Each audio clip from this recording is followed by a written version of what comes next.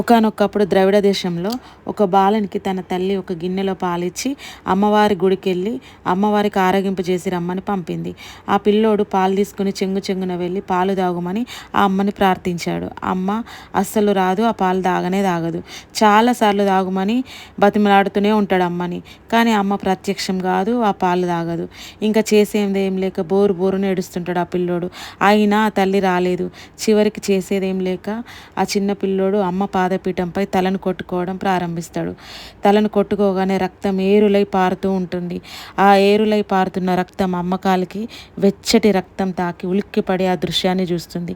వెంటనే ప్రత్యక్షమై తల నిమిరి ఆ గాయాన్ని మాన్పి తన ఒళ్ళో కూర్చోబెట్టుకొని, ఎందుకు నాయనా ఇంత ప్రయత్నం చేశావు, నన్ను ఎందుకు పిలిచావో చెప్పు అని అడిగింది అమ్మ.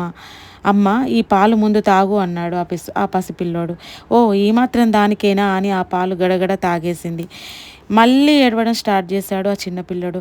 అయ్యయ్యో, ఎందుకు నాయనా ఏడుస్తున్నావు అంది అమ్మ. మొత్తం పాలన్నీ నువ్వే తాగేస్తే నా పరిస్థితి ఏంటమ్మా అన్నాడు. నాకెందుకు పాలు ఇవ్వలేదని మళ్ళీ ఏడవసాగాడు.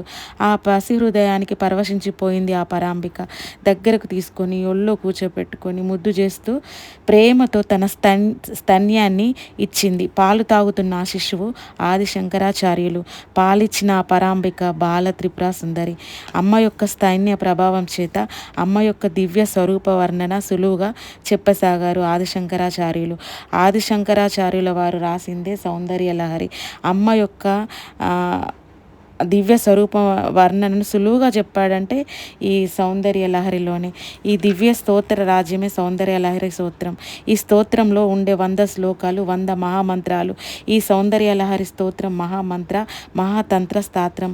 ఈ స్తోత్రాన్ని ఎవరైతే పారాయణం చేస్తారో వారికి అమ్మవారి ఆ లలిత త్రిపుర సుందరి కరుణ కటాక్షాలు ఎప్పటికీ ఉంటాయి.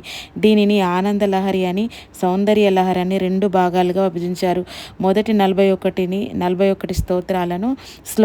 శ్లోకాలను ఆనంద లహరి అని, 42 నుంచి 100 శ్లోకాలను సౌందర్య లహరి అని రాయడం జరిగింది. ఈ సౌందర్య లహరిలోని అద్భుతమైన 100 శ్లోకాలకు అర్థం ప్రతిరోజు ఒక్కొక్క శ్లోకం, ఒక్కొక్క అర్థం తెలుసుకుందాము.